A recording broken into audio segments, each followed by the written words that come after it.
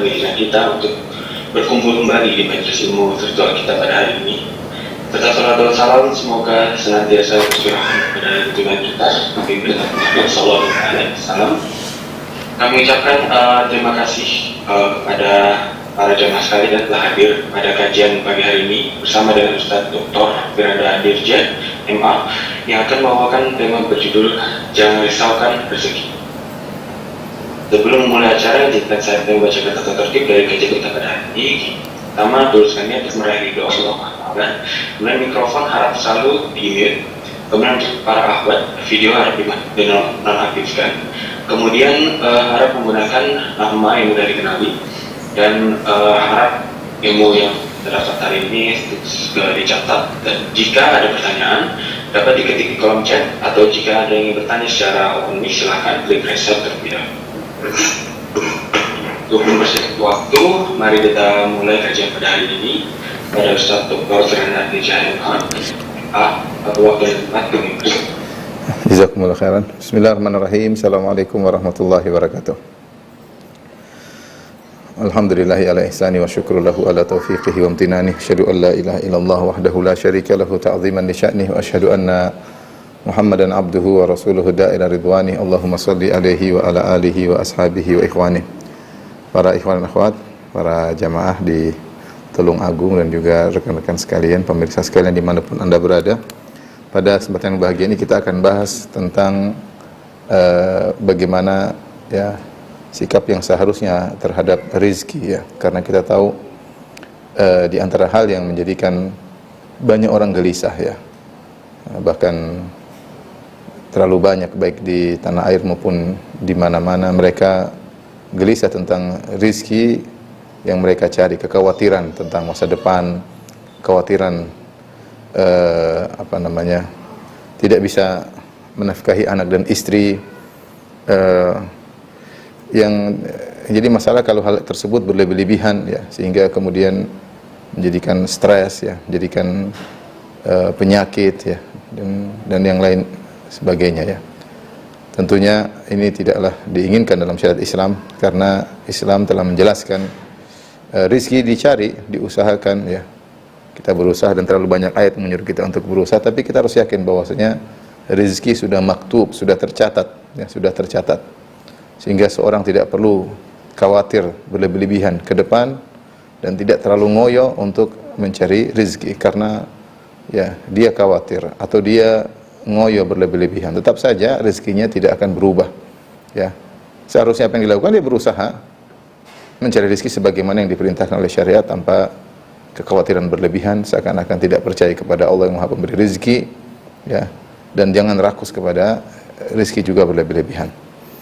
Maka pada kesempatan kali ini saya akan menyebutkan hal-hal yang semoga bisa membantu kita untuk tidak terjebak dengan penyakit seperti itu ya, terlalu khawatir yang berlebihan atau terlalu ngoyo dalam mencari rezeki ya.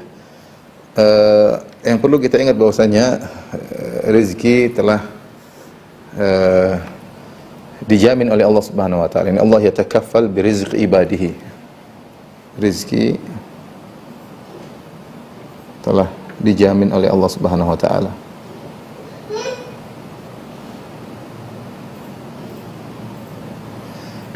Dalil akan hal ini banyak ya. Dalilnya apa saja ya. Di antaranya ikhwan dan akhwat yang rahmatillah Subhanahu wa taala, yaitu Allah Subhanahu wa taala menyiapkan sarana dan prasarana untuk rezeki.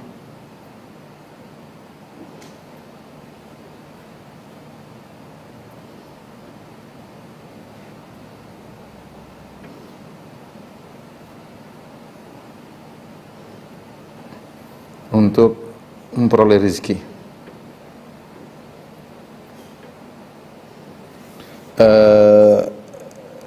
Pertama, Allah menyatakan dialah Maha Pemberi rezeki, dan ini dalil-dalil yang menunjukkan bahwasanya rezeki sudah disiapkan oleh Allah Subhanahu wa taala ya. Pertama, Allah adalah Maha Pemberi rezeki.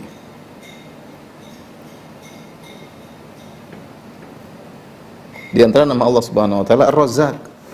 Kata Allah Subhanahu wa taala, "Innallaha huwar razzaq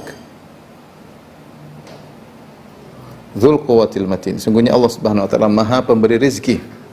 Ya, sehingga seorang tidak perlu ragu untuk meminta kepada Allah Subhanahu wa taala, karena Allah Maha pemberi rezeki dan kekayaan Allah tidak terbatas, ya. Semuanya mudah bagi Allah Subhanahu wa taala, sebagaimana kata Nabi sallallahu alaihi wasallam, "Ara'aitum ma anfaqa mundzu khalaqas samawati wal ard." Bagaimana menurut kalian apa yang telah Allah keluarkan untuk hamba-hambanya, yang Allah beri rezeki pada hamba-hambanya sejak Allah menciptakan langit dan bumi? Sudah berapa tahun dan sudah betapa banyak kenikmatan yang Allah berikan kepada hamba-hambanya. Fa innahu lam yaghid ma fi yadihi. Sungguhnya apa yang sudah Allah keluarkan itu semua tidak mengurangi kekayaan Allah sedikit pun. Allah Maha pemberi rezeki. Semuanya mudah bagi Allah untuk memberi rezeki. Cuma tentunya ketika Allah memberi rezeki ada aturannya, ada hikmah yang Allah lihat. Jadi tidak mungkin rezeki itu gampangannya tidak terpenuhi, ya. Karena Allah Subhanahu wa taala Maha pemberi rezeki. Kalau ada manusia yang tidak dapat rezeki, kelaparan atau tidak mendapatkan rezeki, atau semua tentunya ada akibat dosa-dosa yang dilakukan, akibat maksiat yang dilakukan, atau dampak-dampak maksiat, ya. Karena kalau kita melihat sumber rezeki sangatlah banyak. Pertama, Allah Subhanahu wa taala Maha pemberi rezeki. Kemudian Allah Subhanahu wa taala, ya, telah menjamin, ya. Allah menjamin rezeki, ya, bagi makhluk-makhluknya. Ya. Seperti firman Allah Subhanahu wa taala, "Wa ka'ayyin min dabbatin," ya. "Wa ma min dabbatin fil ardi illa Allah rizquha." Wa ma min dabbatin fil ardi illa 'ala Allah rizquha. Betapa banyak hewan melata di atas muka bumi, Allah yang menjamin rezekinya, ya. Ya.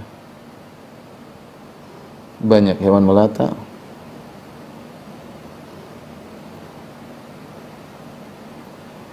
Allah jamin rezekinya. Ya. Kemudian juga kata Allah Subhanahu wa taala, "Wa ka'ayyin min dabbatin la tahmilu rizqaha Allahu yarzuquha wa iyyakum." Ini ayat lebih jelas lagi, ya. Wa ka'ayyin min dabbatin la tahmilu rizqaha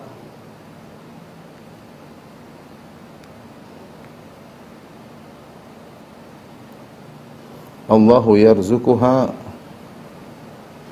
wa iyyakum. Betapa banyak hewan di atas muka bumi yang tidak mampu mengatur rezekinya. Allahu yarzuquha, Allah yang mengatur rezeki hewan tersebut, wa iyyakum.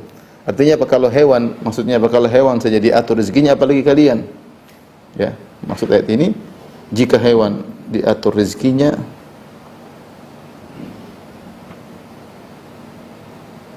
apalagi kalian. Ketika Allah Subhanahu wa taala melarang membunuh anak-anak sebagaimana kebiasaan orang jahiliyah, kata Allah Subhanahu wa taala, "Wala taqtulu auladakum khasyata imlaq, nahnu narzuquhum wa iyyakum."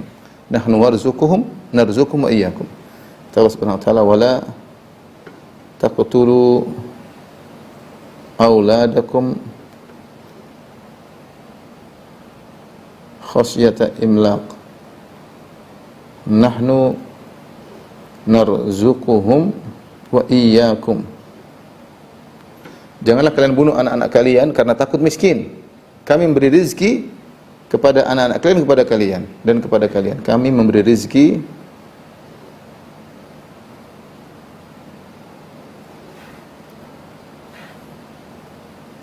kepada anak-anak kalian dan kepada kalian.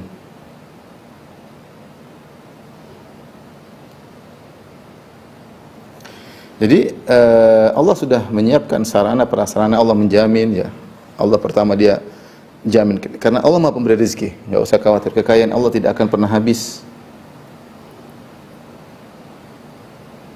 Tidak pernah berkurang.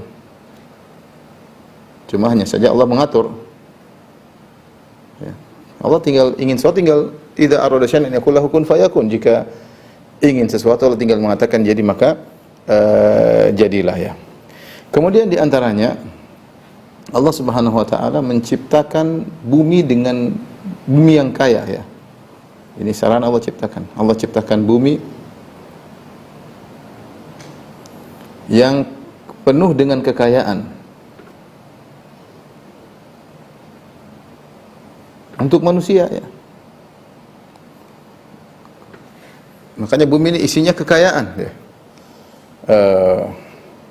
Lihatlah bumi kita ini ya, bagaimana ya kekayaan yang ada di atas muka bumi ya.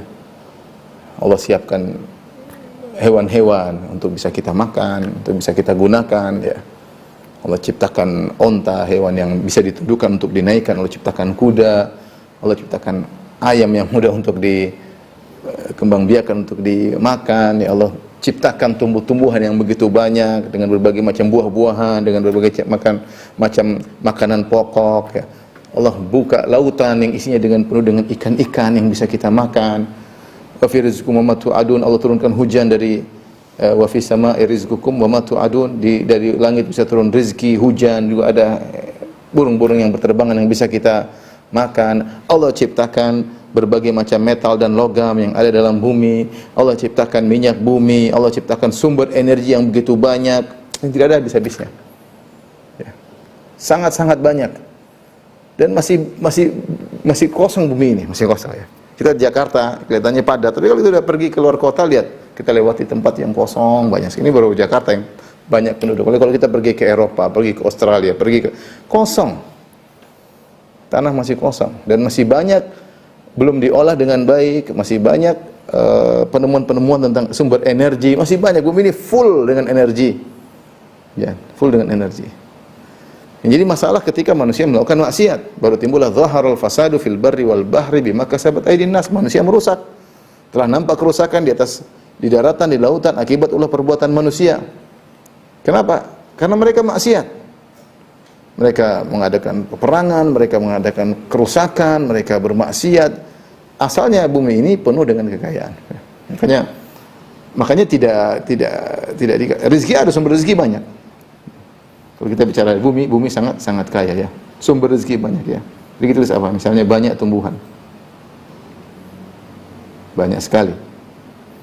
Kemudian apa? Banyak hewan. Bisa kita makan, bisa kita gunakan. Apalagi? Banyak ikan, banyak sumber energi,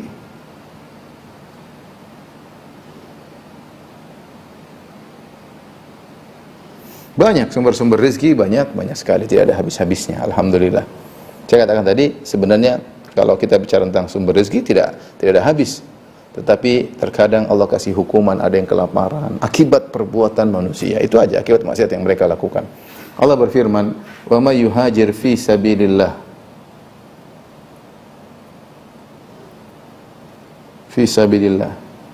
yajid fil ardi muragaman katsiran wasa'ah." Ya.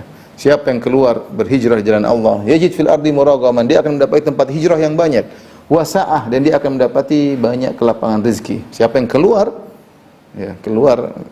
berhijrah di jalan Allah, dia akan mendapati sa'ah, yaitu kelapangan dalam rezeki.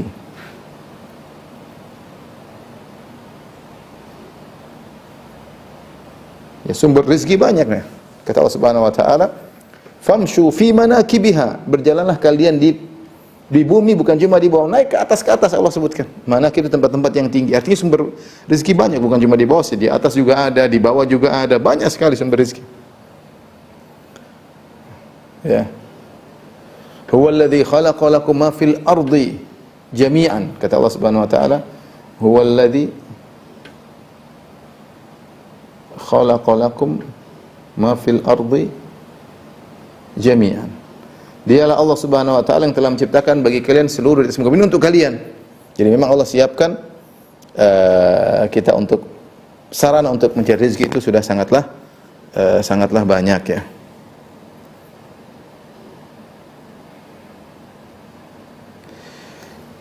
Taib, di antara dalil bahwasanya rezeki sudah dijamin oleh Allah Subhanahu wa taala, di antaranya Dua, Allah yang mengatur pembagian rezeki.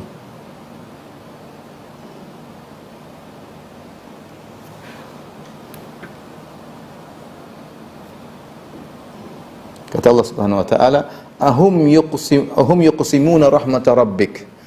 Nahnu qasamna bainahum ma'isyatahum fil hayatid dunya. Kata Allah Subhanahu wa taala, nahnu qasamna ma'isyatahum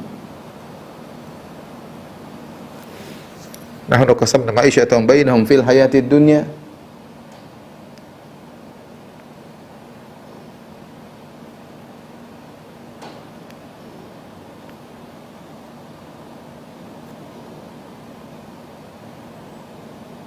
Wa rafa'na ba'dahum fawqa ba'dhin darajatin liyattakhidha ba'dhum ba'dhan sukhriyan. Kata Allah, apakah mereka yang membagi rahmat dan anugerah Rabbmu?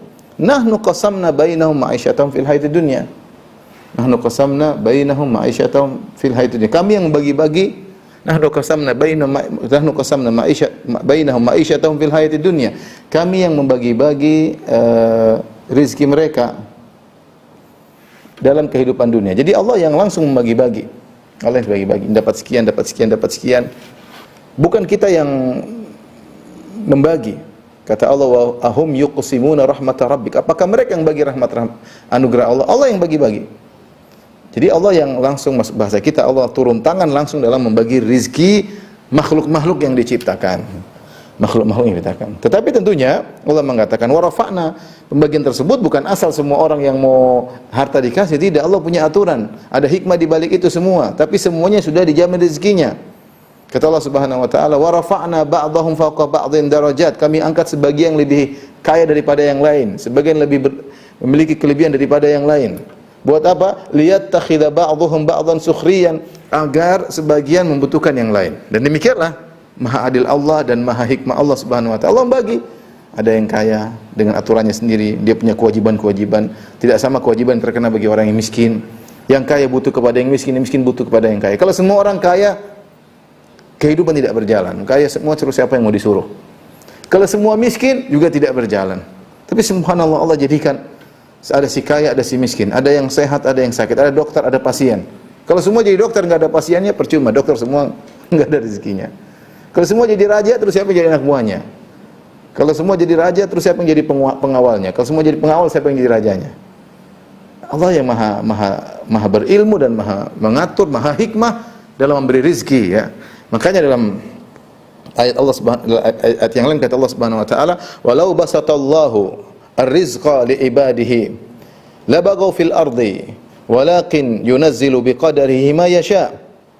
Ya, kita sebutkan ayat-ayat, maksudnya Allah yang mengatur, tapi pengaturan ini, ya,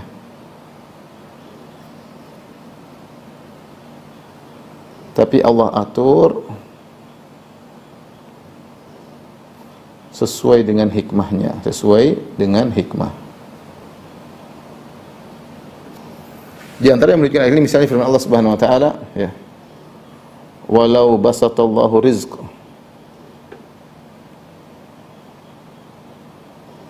li'ibadihi labaghaw fil ard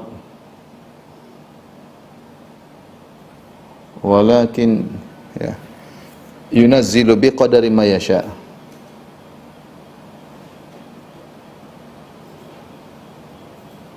Innahu bi'ibadihi khabirun basir.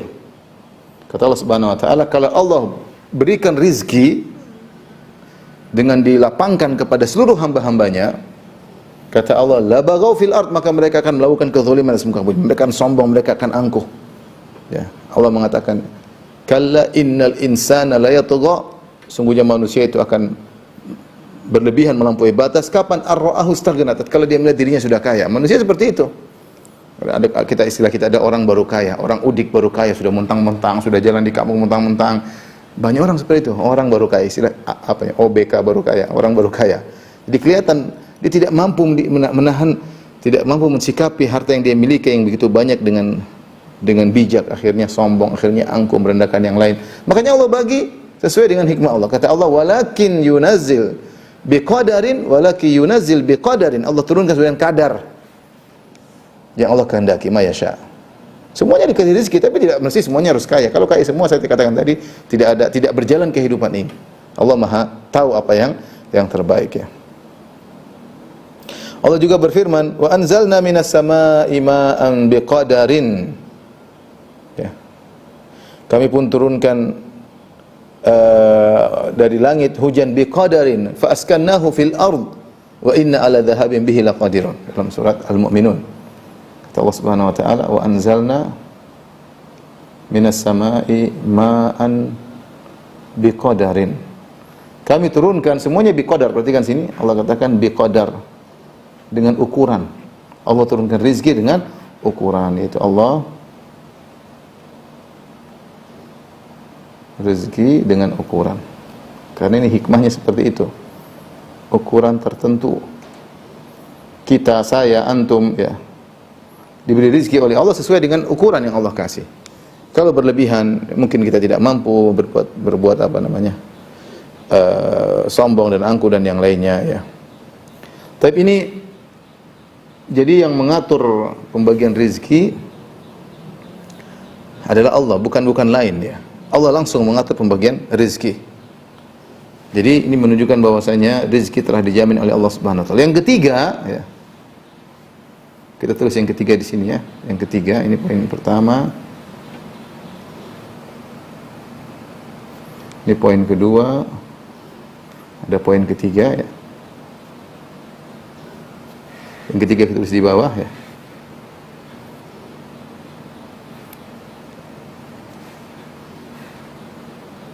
Setelah Allah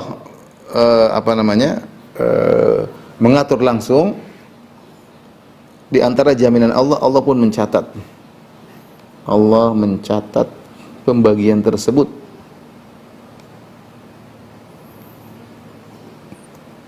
Tersebut dalam rangkaian takdir. Takdir yang tidak akan berubah.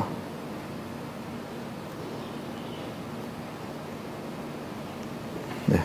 Allah catat, sudah. Rezeki itu sama dengan kematian. Ya. Saya katakan, rezeki sama dengan kematian. Persis sama dengan kematian. Sudah ditakdirkan. Kata Allah tentang kematian, "Idza jaa ajaluhum la yastakhiruna sa'atan wa la yastaqdimun." Kalau sudah datang ajal mereka, tidak bisa ditunda, tidak bisa dimajukan. Sama dengan rezeki. Kalau segitu. Tidak bisa ditambah, tidak bisa dikurangi. Ya. Tidak bisa dikurangi. Jadi maksudnya sudah terjamin, sudah. Mau apa lagi? Sudah ada rezekinya. Dalam hadis ya, tentang hadis ma'ruf, hadis Ibnu Mas'ud, tentang hadis Shadiqul Masduq.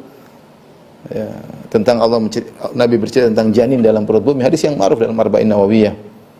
Ya, setelah ditiupkan ruh, thumma yursalu ilaihi malak fayanfakhu fir ruh, kemudian dikirimkanlah malaikat untuk meniupkan ruh kepada janin dalam perut ibunya. Wa yu'maru bi arba'i kalimat, kemudian malaikat tersebut diperintahkan untuk mencatat 4 perkara. Bikatbi rizkihi, untuk mencatat rizkinya.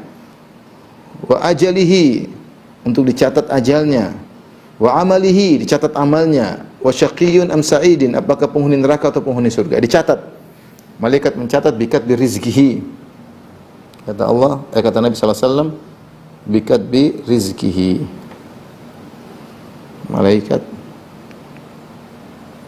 mencatat rizki janin. Sudah dicatat rezekinya sekian. Kemudian juga dalam hadis kata Nabi sallallahu alaihi wasallam, "Inna Jibril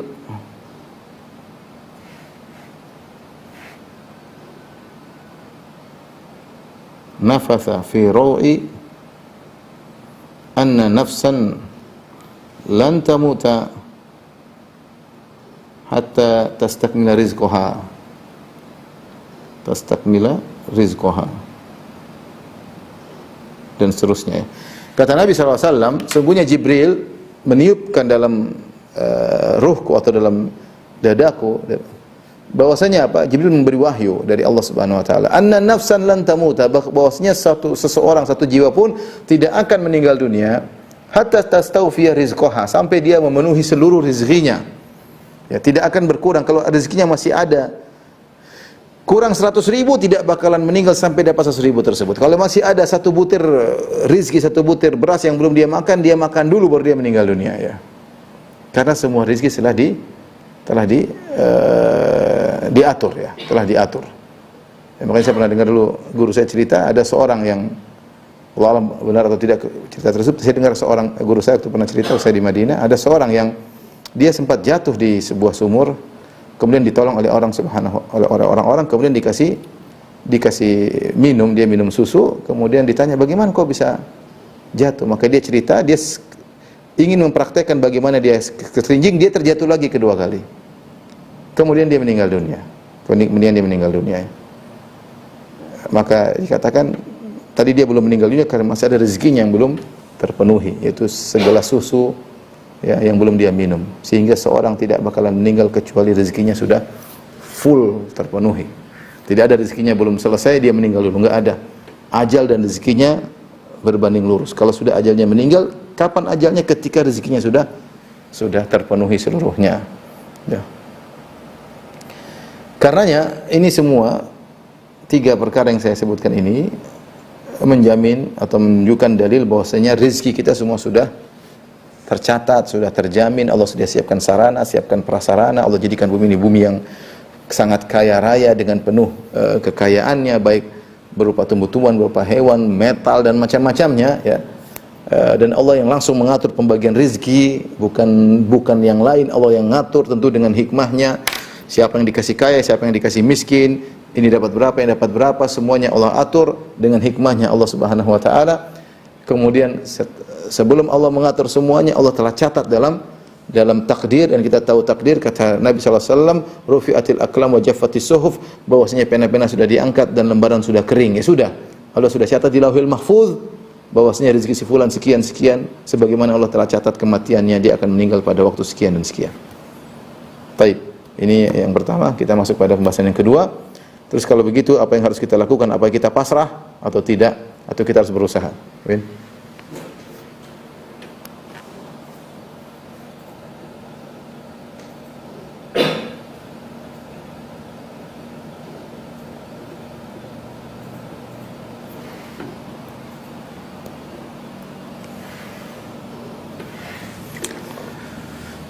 Bahasan berikutnya,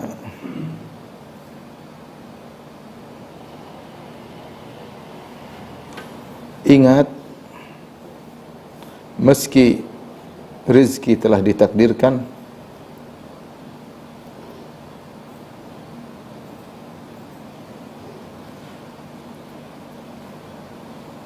akan tetapi takdir tersebut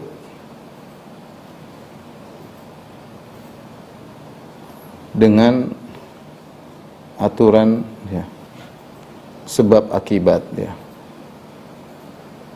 Sama seperti kematian. Orang itu mati kenapa? Karena ketabrak mobil. Iya, dia mati karena ketabrak mobil dan sudah ditakdirkan dia mati karena ketabrak mobil. Matinya sudah ditentukan, tapi Allah takdirkan juga sebabnya ya. Artinya sebabnya juga ditakdirkan oleh Allah Subhanahu wa taala. Bukan maknanya kalau ajal kita sudah ditentukan, kita sakit nggak usah berobat, kita enggak. Kita makanya kalau kita sakit kan kita berobat karena itu usaha. Karena kesembuhan ada sebabnya, kematian juga ada sebabnya. Sama, nggak usah jauh-jauh. Kita lapar dan kenyang sudah ditakdirkan. Kita lapar jam sekian, kita lapar jam sekian, kita kenyang jam sekian, sudah ditakdirkan. Nah kalau kita ingin kenyang ada sebabnya kita makan. Kalau ingin lapar ada takdirnya, kita tidak makan. Ya. Semuanya ada sebab dan akibat. Jadi semuanya meskipun sudah ditakdirkan, tapi dengan aturan sebab dan akibat. Karenanya pertama Allah menyuruh kita untuk berusaha. Syariat. Demikian juga Nabi. Ya.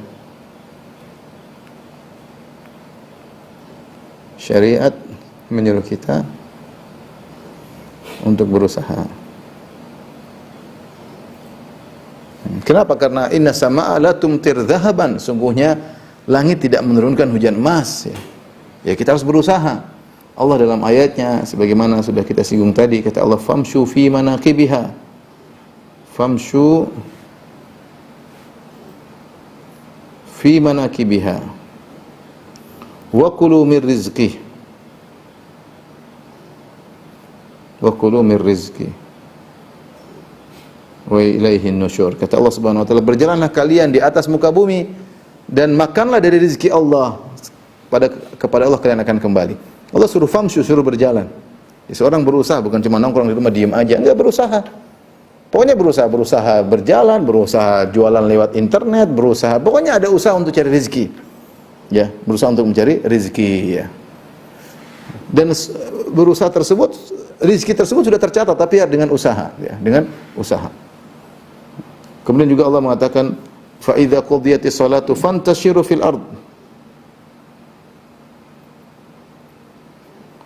wabtagu min fadlillah.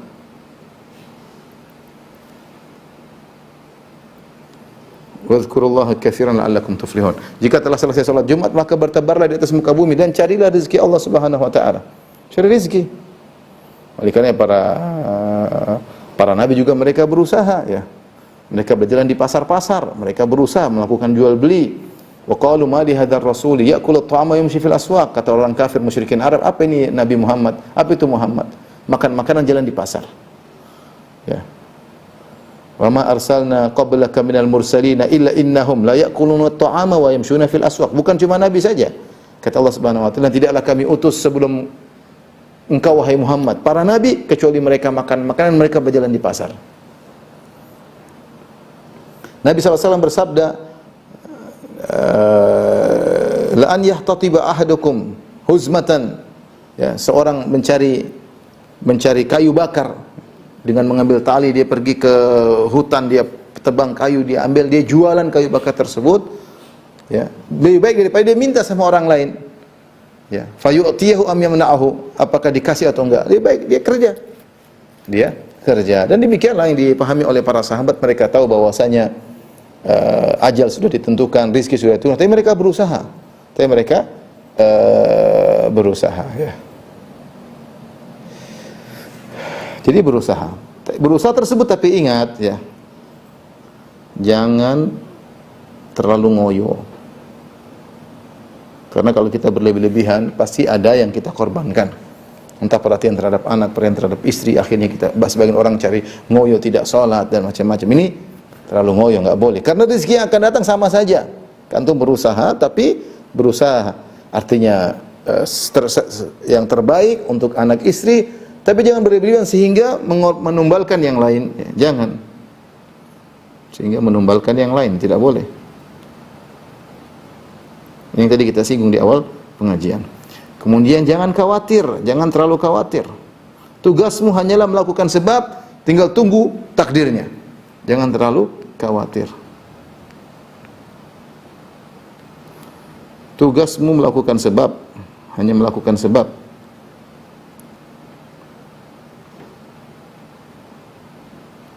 Setelah itu tinggal tunggu. Setelah itu tinggal tunggu takdir rezekinya. Takdir rezekimu, ya. Sudah selesai. Sudah berusaha, selesai. Allah sudah suruh berusaha, Nabi suruh berusaha, kita berusaha, ya, kita berusaha. Kemudian berikutnya perlu diingat, ya. Jangan mencari rezeki dengan cara yang halal, dengan cara yang haram. Mencari rezeki dengan cara yang haram. Ya. Dengan cara yang haram, ya. Kita mencari cara dengan cara yang halal, cara yang haram atau cara yang halal sama aja hasilnya segitu. Misalnya kita ditakdirkan oleh Allah punya bulan ini kita punya rezeki, misalnya ditakdirkan oleh Allah 10 juta. Misalnya bulan ini kamu dapat jatah rezeki dari Allah sebagaimana yang telah ditakdirkan 10 juta. Nah 10 juta ini bisa kita dapatkan dengan cara halal juga dapat 10 juta, dengan cara haram juga dapat 10 juta. Kamu tinggal pilih saja, ya.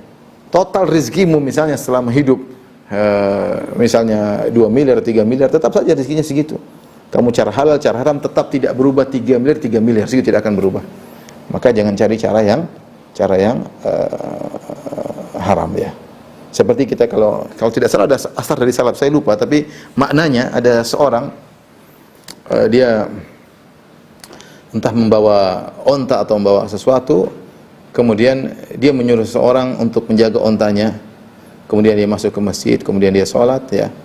Setelah itu dia keluar, ontanya dibawa pergi oleh orang tersebut, dicuri. Padahal orang ini berniat untuk menghadiahkan onta tersebut kepada orang tadi. Dia mungkin orang punya uang. Ini ilustrasi aja, ilustrasi. Saya lupa ada asar salaf medis, prinsip saya tidak sempat mencari. Tapi maknanya kira-kira seperti ini. Artinya dia punya onta, disuruh orang, tolong kamu jaga onta saya mau sholat, masuk ke masjid, sholat, kemudian keluar, ontanya dibawa lari. Padahal dia berniat untuk menghadiahkan onta ini kepada orang yang jaga tadi. Coba kalau dia tadi tidak mencuri, dia akan dapat juga onta tersebut, tapi dengan cara yang halal. Karena dia tidak sabar, dia bawa lari, maka dia mendapat onta juga, dapat rezekinya sampai, tapi dengan cara yang haram.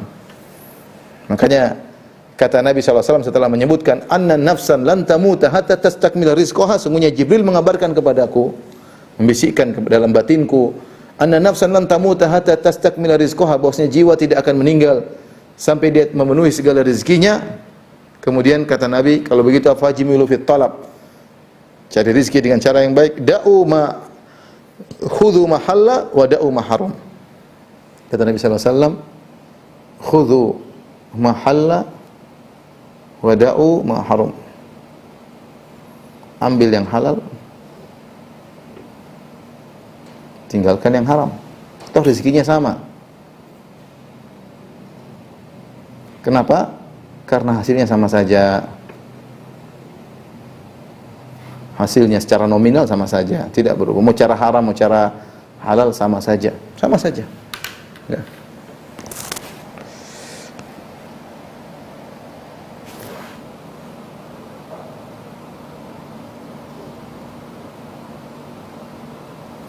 Jadi ini seorang ketika mencari rezeki berusaha untuk dengan cara yang halal, dengan cara yang haram, karena sama saja. Kemudian di antara kita agar tidak terkena dengan qalaq, dengan kegelisahan, ya. Tentunya kita harus memanage. Ini semua sudah ditakdirkan, tapi saya katakan semua dibangun di atas sebab, ya. Manage harta dengan baik, ya. Atur pengeluaran dengan baik.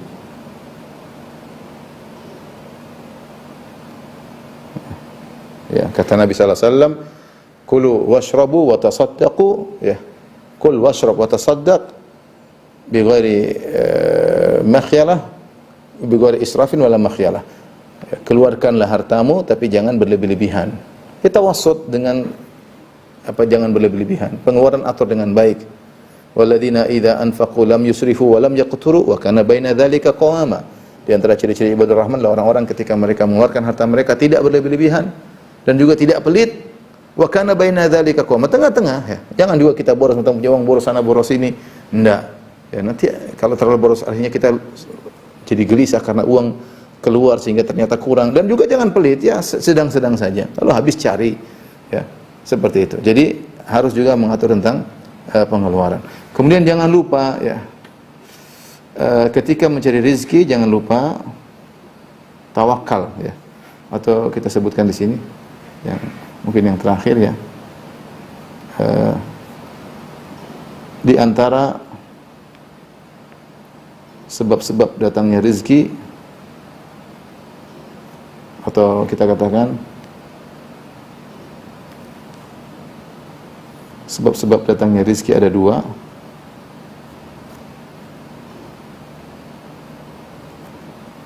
Yang pertama adalah sebab-sebab duniawi, yang kedua adalah sebab-sebab ukhrawi.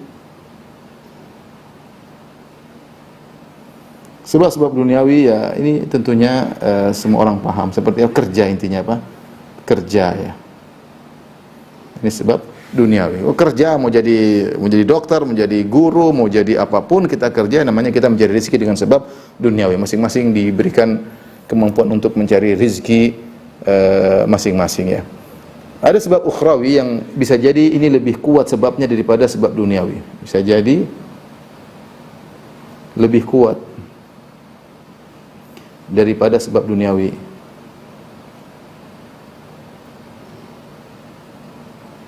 Ya. Di antaranya misalnya, ya, tawakal.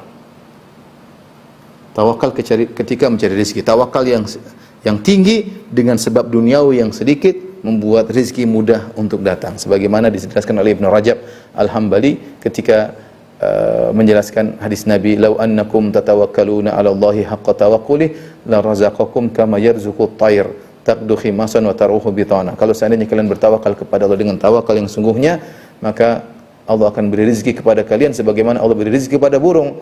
Burung pergi dalam kondisi dalam kondisi perut yang kosong, balik sudah kenyang, bahkan dia bawa makan buat anak-anaknya. Makanya Rasulullah SAW pernah menyebut dalam hadis, yadkhulul jannata qaumun afidatuhum ka afidati tayr. Ada satu kaum yang masuk surga karena hati mereka seperti hati burung. Di antara tafsiran para ulama, karena mereka bertawakal sebagaimana tawakalnya burung. Kita berusaha, terkadang kita tawakalnya bukan kepada Allah tapi tawakalnya kepada kerjaan kita, sehingga kadang berhasil tapi tidak terlalu maksimal. Tapi kalau kita sertakan, kita berusaha, tawakal kita kepada Allah, kita lebih percaya kepada rezeki Allah daripada yang sedang kita kerjakan. Ini hanya sebab saya mengerjakan, saya tunggu rezeki dari Allah. Sehingga kata Allah, "Fabtaghu indallahi rizqa." Carilah rezeki di sisi Allah. Artinya jangan kau bertawakal kepada apa yang kau kerjakan. Memang kau pandai ini, kau pandai, tapi rezekimu di atas, bukan itu. Ini cuma sebab yang kasih rezeki Allah Subhanahu wa taala. Jangan kau sampai salah tawakal. Tawakalnya kepada sebab, bukan kepada pemberi akibat, yaitu Allah Subhanahu wa taala. Maka tawakal yang benar ini mudah untuk berizki. Ini masalah ukhrawi, keyakinan. Ya seperti saya berusaha, ya, rezeki di sisi Allah Subhanahu wa taala. Di antaranya sedekah, ya. Sedekah, kata Allah Subhanahu wa taala, "Ya ibnu Adam, unfik alaik." Wahai anak Adam, berinfaklah, aku akan berinfak kepadamu, ya. Kau berinfak, Allah kasih. Kau berinfak, Allah kasih. Allah kasih dunia sebelum di akhirat. Niatnya karena Allah. Niatnya karena Allah. Tapi otomatis orang berinfak, bersedekah akan dimudahkan urusannya di dunia. Kata Nabi SAW, "Ma naqasat sadaqatun min mal." Bahwasanya sedekah tidak mengurangi harta. Kata sebagian ulama, bahkan menambah. Bahkan menambah, ya. Syaitan datang, "Asyaitanu ya'idukumul faqar." Syaitan menakut-nakuti kamu, jangan sedekah nanti kamu miskin. Enggak, ini sedekah sebab kita dapat rezeki. Yang bilang Nabi SAW, "Mana kasat sadaqatun mal." Sedekah tidak mengurangi rezeki. Jangan dengar syaitan. Bismillah. Tapi semuanya ada aturannya tentunya. Jangan berlebihan. Ya, bersedekah semampunya. Ya, seperti itu. Di antaranya silaturahmi. Di antara tafsir para ulama, banyak tafsir, yaitu sabda Nabi SAW, "Man ahabba an yubsata lahu rizqi wa yunsa fi athari falyasil rahimah." Siapa yang dilapangkan rezekinya dan dipanjangkan umurnya, sambung silaturahmi. Maksudnya di antara sebab kamu dapat rezeki yang banyak, sambung silaturahmi. Perhatikan kakak, perhatikan adik, perhatikan keponakan, perhatikan tante, om, perhatikan ayah dan ibu yang lebih utama. Jangan malas untuk silaturahmi. Telepon mereka, kunjungi mereka. Sekarang sarana komunikasi banyak. Kalau ada hadiah, beri kepada mereka. Ada mereka butuh bantuan, beri kepada mereka. Rezeki akan datang dari arah yang kau tidak sangka-sangka. Wa may yattaqillaha yaj'al lahu makhraja. Saya yang bertakwa kepada Allah, Allah berikan dia jalan solusi. Wa yarzuquhu min haitsu la yahtasib. Dan Allah berikan dia rezeki dari yang tidak sangka-sangka. Makanya Syekh Utsaimin mengatakan rahimahullah, kalau Anda mendapatkan rezeki dari yang tidak sangka-sangka, tanda engkau bertakwa. Artinya apa? Seorang terkadang dapat rezeki gara-gara dia melakukan hal-hal yang ditawakal, percaya sama Allah, silaturahmi. Dia bertakwa dalam hal itu, Allah kasih rezeki di luar daripada yang dia persangkakan. Jadi inilah ikhwan dan akhwat yang rahmatillah subhanahu, teman-teman di Tulung Agung dan juga para pemirsa, bahwasanya benar kita ketika mencari rezeki, kita harus yakin rezeki sudah ditentukan. Tapi bukan berarti kita pasrah cuma tinggal di rumah, malas-malasan, cuma doa saja, enggak benar. Kenapa? Karena langit tidak menurunkan emas, ya. Allah ketika mentakdirkan seperti rezeki, seperti kematian, Allah juga mentakdirkan sebab-sebabnya. Allah mentakdirkan juga sebab-sebabnya. Kematian ada sebab-sebabnya. Ya ta'addatil asbab wal mautu wahid. Meninggal banyak dan sebabnya satu. Sama rezeki juga banyak. Sebab-sebab rezeki juga banyak, ya. Ya, jadi meskipun rezeki sudah ditakdirkan, takdirkan juga dengan apa? Dengan sebab. Maka di antara kita meyakini akan hal ini, kita tidak terlalu risau. Kita berusaha. Kita yakin rezeki kita sudah diatur. Tidak mungkin kita berusaha mau kerja hari 24 jam, kita kerja 25 jam, rezeki kita bertambah. Enggak, tetap saja. Tetap saja. Tapi jangan malas, berusaha, berdoa, rezekinya sudah Allah tentukan, jangan khawatir. Anak kita rezekinya sudah ada, istri kita rezekinya sudah ada. Tinggal kita berusaha dan melakukan sebab-sebab datangnya rezeki. Tadi saya sebutkan sebab-sebab duniawi dan juga sebab-sebab ukhrawi. Wallahu taala alam bisawab. Ini mungkin saya sampaikan. Kalau ada yang bertanya, saya persilakan.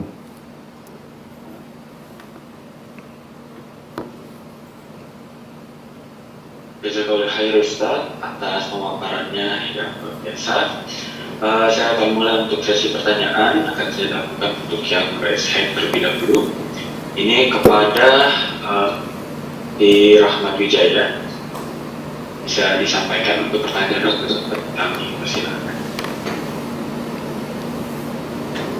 Silakan. Assalamualaikum warahmatullahi wabarakatuh, Ustaz. Waalaikumsalam warahmatullahi wabarakatuh. Barakallahu fiik. Wafik. Saya seorang pensiunan. Uang setengah saya cukup lumayan, alhamdulillah. Uang apa yang lumayan? Uang setengah alhamdulillah lumayan, Ustaz. Sekarang uangnya lumayan, alhamdulillah. Alhamdulillah.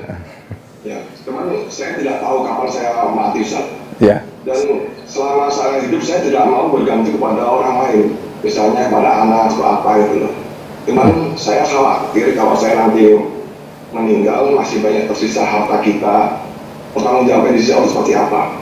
Wow. Makanya pertanyaan saya adalah, apakah harta saya itu saya sudah sedekahkan semua, atau saya gunakan sedikit-sedikit sampai habis, tapi saya tidak tahu jam mana yang lebih dulu, saya mati dulu atau harta saya habis dulu.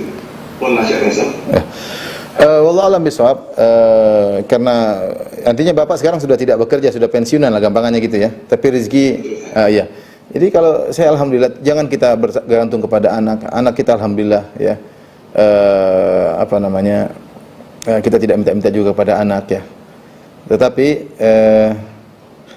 apa namanya? Kita juga bersedekah, jangan juga menjadikan kita pelit karena kekhawatiran. Tapi di antara misalnya yang buat kita lebih tenang, misalnya kita buat wasiat.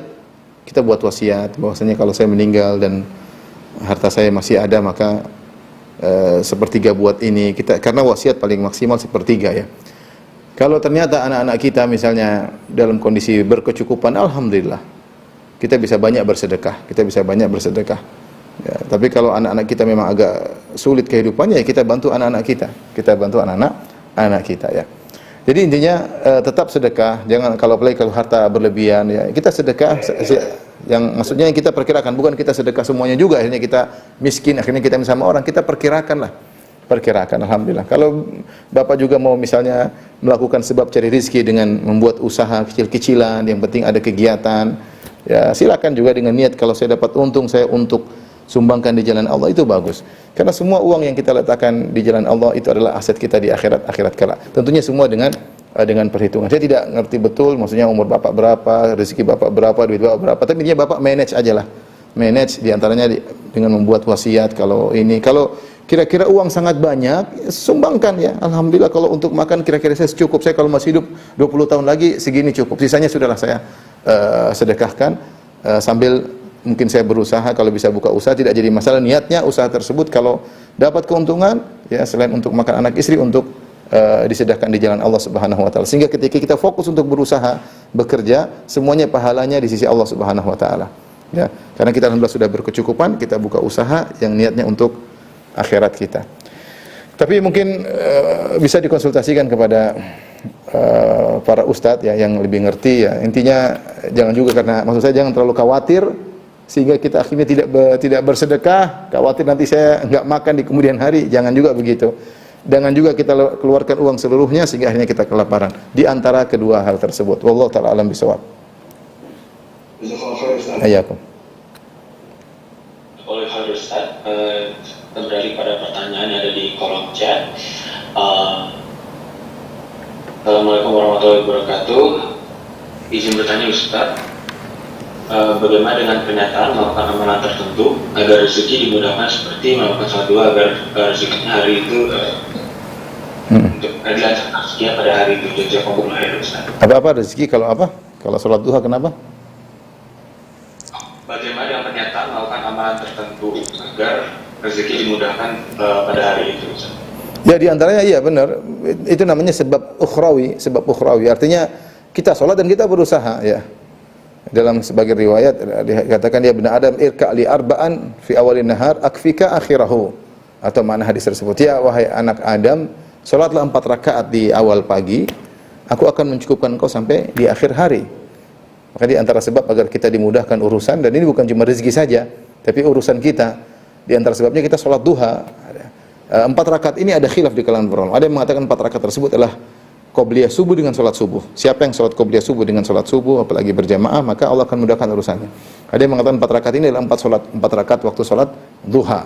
Siapa yang sholat duha di awal hari, maka Allah akan mudahkan sampai di akhir hari. Ini di antara sebab ukhrawi yang bisa kita lakukan mempermudah urusan kita. Wallahu taala alam bisawab. Ustaz, kita kembali ke penanya yang open mic. Silakan kepada di Erika untuk unmute dan menyampaikan pertanyaannya. Assalamualaikum. Waalaikumsalam warahmatullahi wabarakatuh. Saya sama istri dengan Kurang keras, Ibu, saya kurang dengar. Saya seorang istri kenapa? Iya, saya seorang istri. Saya seorang ibu 3 anak. Sekolahnya kebetulan kan kedokteran. Nah, suami saya itu lebih menyarankan untuk di rumah. Itu tentang ilmu saya apakah bisa? Allah juga Apa? digunakan, Ustaz. Tentang ilmu saya, kenapa? Akan bisa tidak jawabannya saya tidak digunakan Ilmu ibu tentang apa? Ilmu ibu tentang apa? kedokteran. Kedokteran. Oh. Terus tanggung jawab saya kepada orang tua yang sudah membiayai itu dan berharapannya itu gimana? Enggak ada masalah, coba diskusi sama suami. Tentu yang suami ingin yang terbaik bagi ibu yang pertama, karena kerja itu namanya kerja berat. Suami merasa itu tanggung jawab saya.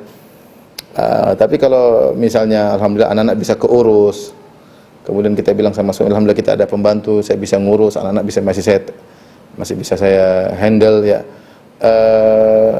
Tidak mengapa misalnya membuka praktek kedokteran di rumah untuk melayani pasien wanita saja misalnya ya. Tapi itu semua atas izin suami ya. Atas izin suami. Diskusi sama suami agar kita menjalani kehidupan rumah tangga dengan nyaman ya.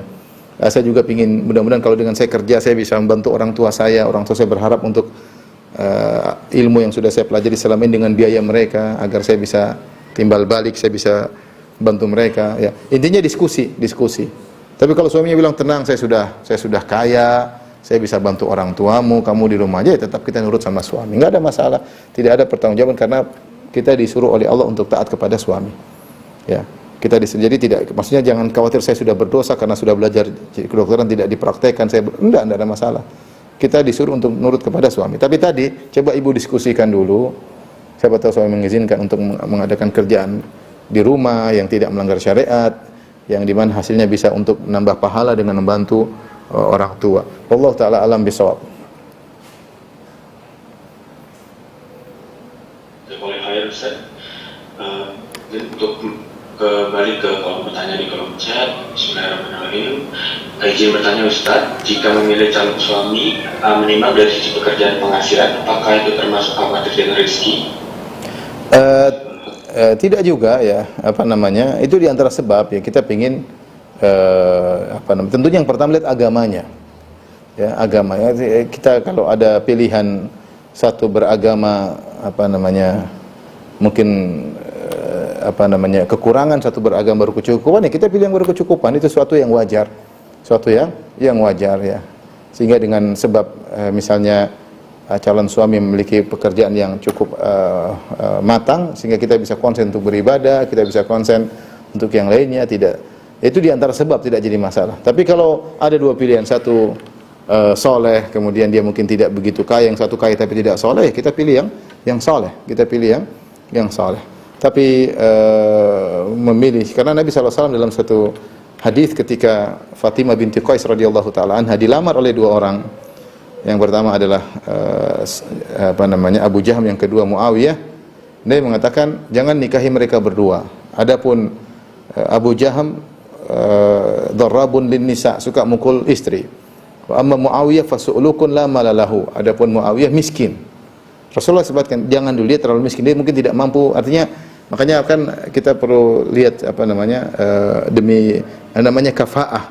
Ya, karena kalau ketidakcocokan juga, yang misalnya wanita ini biasa hidup dalam kemanjaan dengan orang tuanya, tiba-tiba nikah dengan seorang yang mungkin tidak mampu biasanya melayani kebiasaan istrinya, kadang-kadang terjadi cekcok dalam rumah tangga.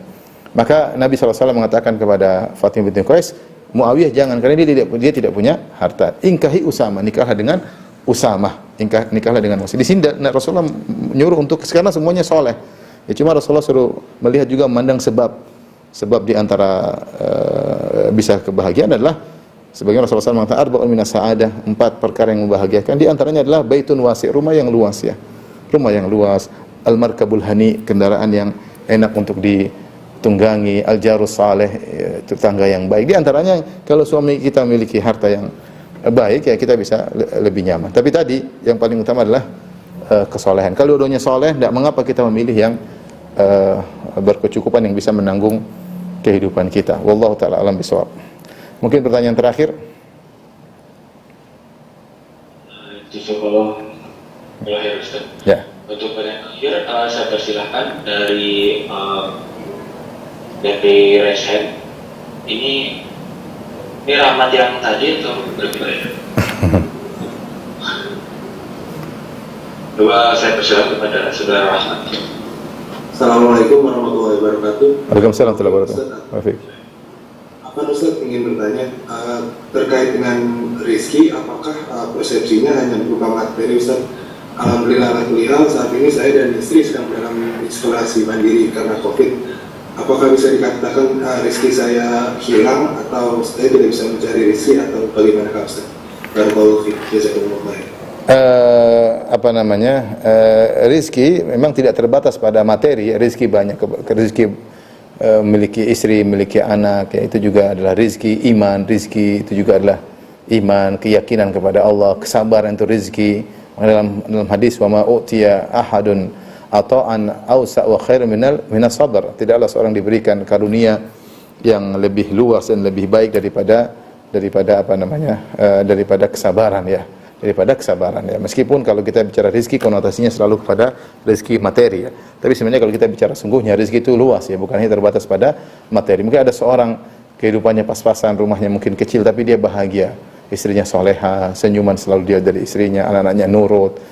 Dia juga bisa beribadah kepada Allah ya.